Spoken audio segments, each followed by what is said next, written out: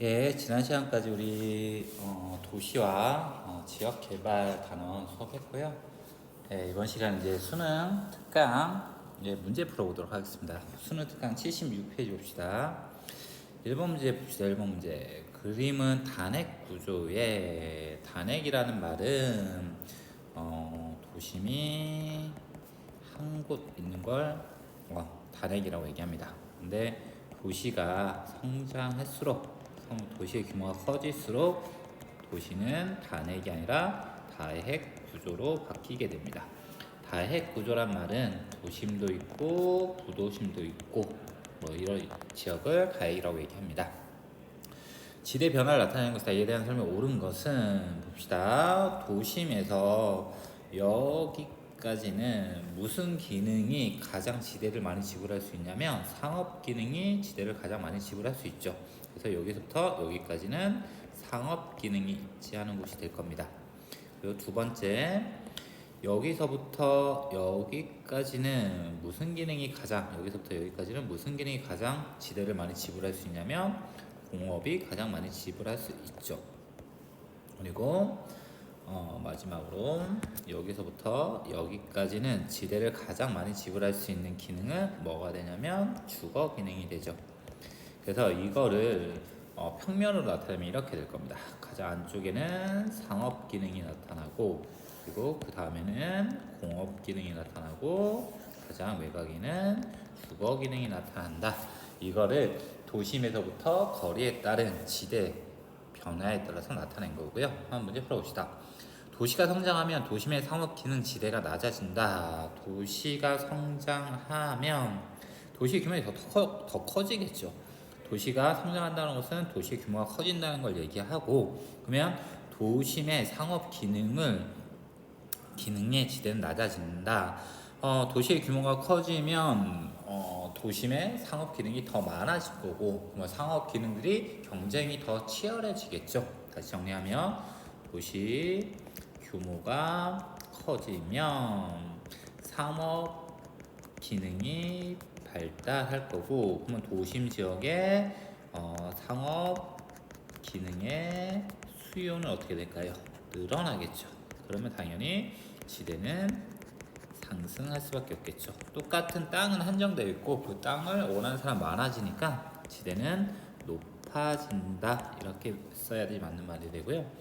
기역에서는 공업 기능과 주거 기능이 혼재되어 나타난다. 기역 보면 공업과 주거가 만나는 곳이죠. 그래서 두 가지 기능이 나타난다. 맞는 말이고, 이렇게 두 가지 기능이 혼재되어 나타나는 곳을 뭐라고 표현하죠? 점이지대라고 표현하죠. 점이지대. 그래서 두 기능이 만나는 지점, 그래서 두 가지 기능이 섞여 나타나는 것을 점이지대라고 얘기한다. 맞는 말이고요. 기역과 니은 구간에서 상업 기능이 주거 기능보다 지대 지불능력이 높다. 기역에서 니은은 주거 기능이 가장 지대 지불능력이 높죠. 그래서 정답은 2번이 되겠네요. 2번 봅시다. 2번. 지도는 강주광역시의 두 지역을 나타낸 것이다. 나 지역과 비교한 가 지역의 상대의 특성을 그림에 의해서 고른 것은, 가를 보니까 시청이 나타나고, 그리고 법원이 나타나고, 그리고 여기 보니까 방송국이 나타나죠. 이런 것들이 나타나죠. 이런 것들은 주거 기능이 아니라 생산자 서비스업이나 그리고 생산자 서비스업 아니면 중추 관리 기능이 되겠죠. 중추 관리 기능. 그러면 가는 생산자 서비스업이나 중추 관리 기능이 발달해 있는 도심이라는 뜻이 되겠죠. 니은 보니까 뭐가 나타나냐면 병원, 아파트, 초등학교 이런 거 나타나죠. 그래서 아이는 주거 기능이 발달해 있는 뭐가 되냐면 외곽 지역이 되겠죠. 그래서 외곽 지역과 비교한 도심의 상대적 특성을 그림에서 찾으라는 거예요. 그럼 도심이 상업지의 평균 지가는 높죠. 높고, 그 다음에 주간 인구 지수는 도심이 더 높죠. 그리고 인구 밀도는 어디가 더 높을까요? 인구 밀도는 단위 면적당 인구 수니까 이 도심 지역은 상주 인구가 적죠. 주간 인구는 많지만, 하지만 외곽 지역은 상주 인구가 많죠. 주거 기능이 발달했으니까. 그러니까 인구 밀도는 더 낮을 거예요. 그래서 정답은 2번이 됩니다. 2번. 여기서 인구 밀도라는 개념 정리해주면 인구 밀도는 단위 면적이 있어요. 면적 분의 인구수가 됩니다. 여기서 말하는 인구수는 상주 인구수를 얘기하는 거예요. 그러니까 상주 인구수가 더 많은 지역이 인구 밀도가 높을 수밖에 없고, 다시 한번 정리할게요. 이 도시 내부 구조에서 여러분이 절대 까먹지 말아야 될 게 주간 인구 지수예요. 주간 인구 지수. 주간 인구 지수는 상주 인구수 분의 주간 인구수 곱하기 100이 됩니다. 그래서 두 가지 결론이 난다고 그랬죠. 100 이상이 되는 곳. 그럼 여기는 상업하고 업무 기능이 주거 기능보다 발달해 있는 지역이에요. 그래서 이 지역에 사는 사람보다 낮 동안의 삶이 더 많은 지역이 되고, 통상 이런 지역이 도심하고 부도심이 이와 같은 특성이 나타나고요. 반면에 100 미만이 됩니다. 100보다 낮아요. 100보다 낮다는 거는 상업하고 업무 기능보다는 주거 기능이 발달한 지역이 되겠죠. 그래서 여기는 외곽 지역이 됩니다. 지금 이 보라색으로 써준 이 주간 인구 지수, 이거는 가장 필수적인 개념이고 내용이니까 꼭 이해하고 알아두셨으면 좋겠습니다. 3번 문제 넘어갑시다. 3번 문제는 이제 대도시권 관련된 문제인데 봅시다. 대도시권의 범위를 쓰시오. 일반적으로 주말 생활권까지 범위를 정한다. 대도시권의 범위는 뭐하고 뭐가 가능한 범위냐면 통학하고 통근이 가능한 범위를 갖다 대도시권이라고 얘기해요. 그러면 주말에 간다는 것은 통근 통학과 상관없죠. 그래서 기억은 틀린 말이 되고요. 인구와 기능의 교회화 현상, 이 교회화 현상이 가장 핵심적인 내용이에요. 교회화 현상은 도시가 있으면 이 도시 주변으로 인구가 이동하는 현상을 교회화 현상이라고 얘기를 해요. 그래서 선생님이 뭐라고 예시를 들었죠? 서울 인구가 어디로 가는 현상, 경기도로 가는 현상을 갖다가 교회화 현상이라고 얘기해요. 그리고 대도시 인근 지역 간에 광역교통체계가 발달해 있다. 이 서울에 살던 사람들이 경기도로 나가요. 나간데 뭐만 나가냐면 주거 기능만 가지고 나가요. 그럼 직장은 여전히 어디죠? 서울이죠. 그러면 경기도로 이사를 갈 수 있었던 거는 서울로의 접근성이 좋아졌다. 서울로의 접근성이 좋아진 거는 교통이 발달했기 때문이다. 이 말이 되는 거고요. 그래서 니은은 맞는 말이 되고, 교외 지역의 변화, 중심 도시의 주거 기능을 분담하면 주간 인구수가 대체로 낮아진다. 맞죠? 교외 지역은 어딜 얘기하냐면 중심 도시가 있으면 이 중심 도시에 바로 붙어 있는 지역을 교외 지역이라고 얘기합니다. 그래서 여기서 사람들이 중심 도시에 사는 사람들이 교외 지역으로 이렇게 나오는데 주거 기능을 주로 담당하겠죠. 주거 기능을 담당하니까 이 교외 지역에는 상주 인구는 늘어나겠죠. 상주 인구는 늘어나요. 그런데 직장은 여전히 중심 도시니까 낮 동안에는 사람들이 중심 도시로 빠져나가겠죠. 그러니까 낮에 사람이 적어져서 주간 인구수가 낮아진다. 예, 맞는 말이 됐고요. 배우 농촌 지역 봅시다. 배우 농촌 지역. 배우 농촌 지역은 이 대도시권에서 가장 바깥쪽에 위치한 곳으로 되고, 토지 이용의 집약도가 높아진다. 집약도란 말을 이해해야 되는데 집약도는 그냥 지대라고 생각하면 됩니다. 지대. 지대가 높아지면 집약도가 높아진다. 지대가 높아진다. 같은 의미라고 생각하시면 됩니다. 그러면 이 교외 지역은 중심 도시에 영향을 받다 보니까 상업적 농업을 바뀌게 된다고 했죠. 땅값이 올랐을까요? 싸졌을까요? 당연히 오르겠죠. 그럼 집약도 당연히 높아지겠죠. 지역 내 전업 농가 비율이 높아진다. 전업 농가라는 개념은 농사만 짓는 사람이에요. 그런데 이 교외 지역, 이 배우 농촌 지역은 이 중심 도시에 영향을 받으니까 출퇴근이 가능하죠. 그럼 중심 도시로 출퇴근하는 사람도 있고 농사를 짓는 사람도 있겠죠. 출퇴근하면서 농사를 짓는 사람이 있으니까 전업 농가의 비율은 낮아진다가 맞을 거고요. 대신에 뭐가 높아진다고 써야 되냐면 겸업 농가의 비율이 높아진다. 이렇게 써야지 맞는 말이 됩니다. 그래서 정답은 니은 들이세니까 3번이 되겠네요. 4번 문제 봅시다. 4번 문제가 최근에 약간 트렌드 같은 문제예요. 가장 많이 나오는 거고, 여사님이 이렇게 좀 알아두라고 했죠. A는 성남이 됩니다. B는 용인이 되고, C는 안성이 됩니다. 안성. 그래서 성남은 판교라는 신도시가 분당이라는 신도시가 있죠. 그래서 주거 기능도 담당하고 있고 판교 테크노빌리지도 있죠. 그래서 여기는 업무 기능도 가지고 있는 곳이에요. 그리고 용인은 최근에 주택 단지가 개발되고 있어요. 주택 단지가 개발되고 있고 주택 단지가 개발되니까 상주 인구가 어떻게 될까요? 인구가 급증하겠죠. 안성은 서울하고 가장 머니까 약간 배후 농촌의 특성을 가지고 있는 곳이에요. 그냥 서울을 중심으로 이렇게 보시면 됩니다. 그럼 봅시다. 가는 이렇게 수치가 2000년을 100으로 주어졌을 때는 이 가가 인구가 가장 많이 늘었다가 아니라 2000년대를 기점으로 2000년대 인구의 기점으로 2.5배 정도 늘었다는 뜻이 되고요. 나는 한 1.5배 그리고 다는 인구가 2000년하고 변화가 없다 이런 뜻이 됩니다. 그럼 가는 2000년 이후에 인구가 급증한 지역이 되겠죠. 2000년대 이후 인구 급증 지역이 돼요. 그러면 인구가 가장 최근에 많이 늘었던 지역은 용인이 되겠죠. 그래서 B가 됩니다. 나는 인구가 늘어나긴 늘어났는데 가만큼 늘어나지 않죠. 그래서 여전히 서울에서 사람들이 많이 유입되고 있는 평락 A가 됩니다. 다는 인구가 정체되고 있죠. 늘지 않죠.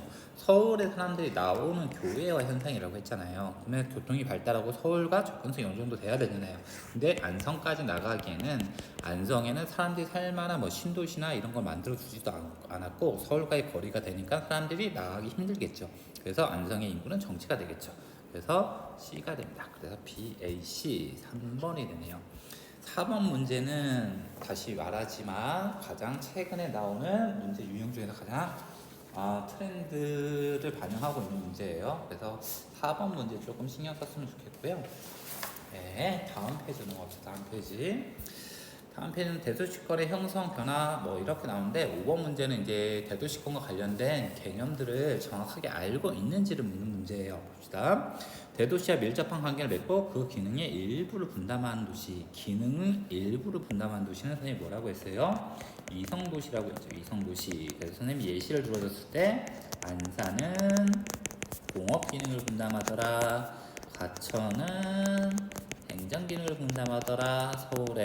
그래서 이성도시를 얘기합니다. 그럼 여기서 위성도시를 지어야겠죠. 2번 봅시다. 주거 기능의 이심 현상으로 도심의 상주 인구가 감소하는 현상. 이게 뭘까요? 2번에 해당하는 것은 인구 공동화 현상이에요. 공동이라는 말은 텅 비어버린다는 거예요. 도심 지역이 도심에서 나타나는데 도심 지역은 상업하고 업무 기능이 발달했죠. 반면에 주거 기능이 발달하지 못했죠. 상업하고 업무 기능이 발달하니까 주간 인구는 많죠. 하지만 밤이 되면 어떻게 돼요? 사람들이 다 집으로 돌아가야 되니까 야간 인구는 적어지죠. 그래서 밤이 되면 도심 지역이 인구가 텅 비어버리는 현상, 이걸 또 인구 공동화 현상이라고 얘기합니다. 그러면 인구 공동화 그 현상은 없네요. 인구 공동화 이게 되겠죠. 3번 봅시다. 수도권 소재의 어떤 공공기관을 지방으로 이전하여 조성한 도시, 이것도 알고 있어야 될 개념이 되겠죠. 혁신도시죠. 혁신도시. 혁신도시가 됩니다. 혁신도시면 혁신도시 빼면 뭐가 남냐면 접근성이 남죠. 그래서 가에 들어갈 용어는 접근성이 되는구나, 이렇게 찾을 수 있습니다. 특정 장소에 가옥이 모여있는 툴라, 가옥이 모여있다. 그래서 이거 집촌이 되죠. 상호 업무 기능 등이 도심으로 집중하는 현상, 도심으로 모인다, 집합한다. 그래서 집심 현상, 도심으로 모이는 현상, 도시 내부와 기능에 따라 열어지고 나뉘는 현상, 도시 내부 분화 혹은 지역 분화라고 얘기하죠. 지역 분화, 지역이 나눠지는 현상. 통해이 발생한 지역부터 특정 지역이나 시설로 접근 용이성, 이게 접근성이죠. 그래서 4번이 되고, 토지를 이용하여 통해 얻을 수 있는 뭐 이렇게 되는데 이게 지대입니다. 지대. 정답은 4번이 되겠네요. 6번 봅시다. 6번도 별표 쳐두세요. 6번 같은 문제 좀 잘 봐둬야 됩니다. 이렇게 지도가 주어졌는데 이 지도 보기가 힘들죠. 그래서 선생님이 여러분한테 늘상 얘기하지만 강역시는 정확하게 알고 있어야 됩니다. 여기가 대구입니다.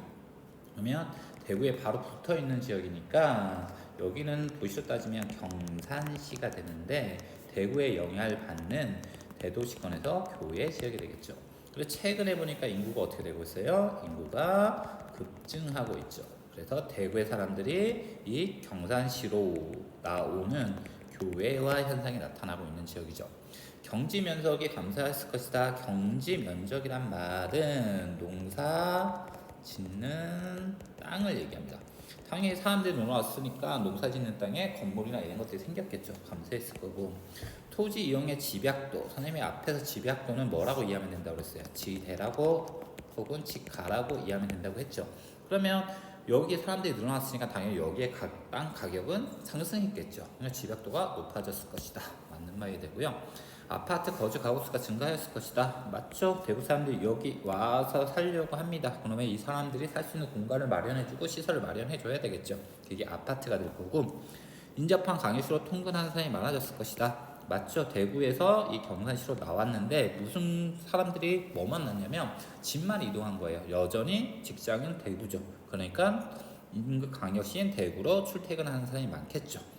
지역 내 1차 산업의 비율은 증가했을 것이다. 사람들이 많아지니까 1차 산업은 농업이잖아요. 농업은 감소했을 거고 3차 산업인 서비스업이 증가했겠죠. 네, 그래서 정답은 5번이 되겠네요. 이제 7번 문제 봅시다. 7번 수도권 이런 말이 주어지는데 이거 이해해야 됩니다. 권이라고 붙으면 특별시, 광역시, 도를 합친 개념이에요. 그러면 수도권의 특별시는 서울이 되겠죠. 그리고 광역시는 인천이 될 거고, 그리고 도는 경기도가 됩니다. 이 세 지역의 인구 이동이 통합 이동을 나타낸 것이니까 이 지역을 가나다로 구분하라는 겁니다. 봅시다. 달을 보니까 통근 통학으로 들어오는 사람이 나가는 사람보다 많죠. 그러면 다는 업무와 상업 기능이 발달한 지역이 되겠죠. 아무래도 가장 발달한 곳은 서울이 되겠죠. 그래서 서울은 업무하고 서울, 인천, 경기 중에서 업무하고 상업 기능이 가장 발달해서 상업하고 업무 기능이 발달해서 주간 인구 지수가 높은 지역이 되겠죠. 그리고 가하고 나를 구분해야 되는데 가하고 나를 보니까 나하고 다는 16.3, 6.3 이만큼 통근 통학을 하고 있고 가는 52.3, 125.6 이렇게 통근 통학을 하고 있죠. 통근 통학은 수는 뭐하고 비례할 수밖에 없냐면 그 지역의 인구수하고 비례할 수밖에 없겠죠. 사람이 아무래도 많을수록 통근 통학하는 사람의 숫자가 많을 수밖에 없겠죠. 그러면 인천하고 경기도 중에서 사람이 많은 곳은 경기도가 되죠. 그래서 여기가 경기도가 되고 여기가 인천이 됩니다. 풀어봅시다. 가는 나보다 제조업 출하액이 적다. 제조업은 공업이죠. 공업은 인천하고 경기도 중에서 경기도가 더 발달해 있죠. 그래서 틀린 말입니다. 경기도가 인천보다 공업이 더 발달해 있습니다. 나는 다보다 정주책에서 상위 중심지다. 정주책에서 상위 중심지는 인구수가 어디가 더 많은 도시인지를 물어봐요. 그러면 인천하고 서울 중에서 인구수가 더 많은 곳은 서울이 되죠. 그래서 서울이 인천보다 더 상위 도시체계다 이렇게 봐야 되고, 다의 인구를 분산하기에 수도권 1기 신도시는 어디에 만들어집니까? 경기도에 만들어지죠. 그러면 가가 경기도니까 맞는 말이죠. 1기 신도시가 만들어진 곳이 아까도 얘기했듯이 고향의 일산, 그리고 성남의 분당, 그리고 삼본 뭐 이런 지역입니다. 그래서 3번이 정답이 되겠네요. 주간 인구 지수가 가장 높은 곳은 들어오는 통근 통학 인구, 들어온 유입되는 인구가 많을수록 주간 인구 수는 높겠죠. 그래서 서울이 됩니다. 그래서 나가 아니라 바가 될 거고, 인천은 경기도의 통근 통학 유출 인구는 18점이고 유입 인구는 12.3이잖아요. 그러니까 유출이 뭐보다 많습니까? 유입보다 많죠. 그래서 정답은 3번이 됩니다. 8번 봅시다. 역시 8번도 별표를 쳐놔야겠죠. 지역의 용도별 토지 이용 비율을 나타낸 것이다. 이렇게 봅시다. 가, 나, 다가 주어졌습니다. 여기는 가평이고 선생님이 지난 시간에 얘기했듯이 이 수도권의 이 동쪽은 다 배우 농촌의 특징을 보인다고 그랬죠. 그 이유는 한강이 이렇게 유입됩니다. 그러면 한강이 서울에서 봤을 때 한강이 상류 지역이에요. 그러면 여기다 공업을 발전시키고 사람들을 많이 갖다 놓으면 한강이 오염될 이유가 있겠죠. 염려가 있겠죠. 그래서 이쪽 지역은 농촌 지역의 그대로 특성을 가지고 있습니다. 그러면 가, 나, 다 중에서 여기에 해당하는 지역을 찾아봅시다. 뭐가 가장 높아야 될까요? 뭐가 가장 높아야 될까요? 여기 보니까 농경지 14.5, 15.4, 8.4 이렇게 되어 있고, 대지는 뭐 건축물이 있는 곳을 얘기하는 거고, 이мя라는 말은 그냥 숫가들을 얘기합니다. 그래서 이며의 비율이 가장 높은 81.9가 되는 다가 여기에 됩니다. 그 다음에 공장 용지, 여기는 안산이라고 그랬죠. 안산도 기억해 두세요. 안산 시흥샘이 기억하라고 그랬어요. 공업이죠. 그럼 공장 용지가 가장 많은 곳이 되겠죠. 그래서 여기는 나가 됩니다. 그리고 여기는 구리가 되는데 서울하고 가장 붙어 있죠. 교외지겠죠. 건물도 많을까요? 적을까요? 많겠죠. 많아서 대지 비율이 가장 높은 가가 됩니다.